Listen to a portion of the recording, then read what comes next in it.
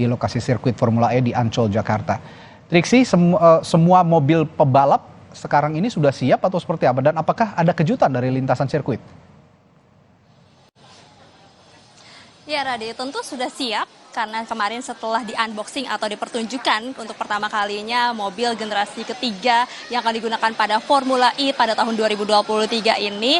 Jadi langsung tim teknisi ini merampungkan karena kalau melihat jadwal Radi dan juga saudara pada hari Jumat atau esok hari ini akan ada free practice untuk yang pertama kali. Jadi tentu sudah disiapkan sampai saat ini, dan kalau terkait dengan mobil Gentry atau mobil terbaru ini yang harus dibicarakan atau yang menjadi menarik perhatian adalah bagaimana komponennya, lalu kemudian underdeal-nya dari mobil Gentry ini. Karena kalau dibandingkan dengan mobil Gen 2 yang pada tahun lalu digunakan di Formula E 2022, mobil ini digadang-gadang memiliki kecepatan yang lebih tinggi, kemudian juga lebih ringan dan lebih kecil jika dibandingkan dengan mobil Gen 2. Jadi kalau dari kata pembalap-pembalap yang memang sudah mencoba mobil Gentry ini sangat menguntungkan mereka sekali ketika mereka harus beradu cepat begitu ya, dan juga memanuver di beberapa tikungan-tikungan. Jadi ini sangat memudahkan karena sangat efisien sekali, mobilnya ringan dan juga cepat. Lalu selain itu juga untuk daya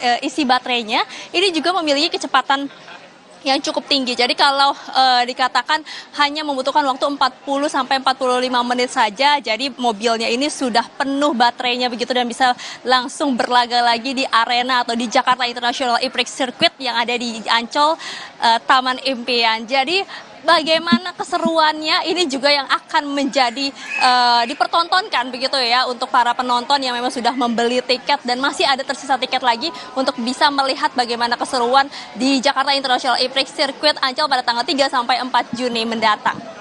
Tadi.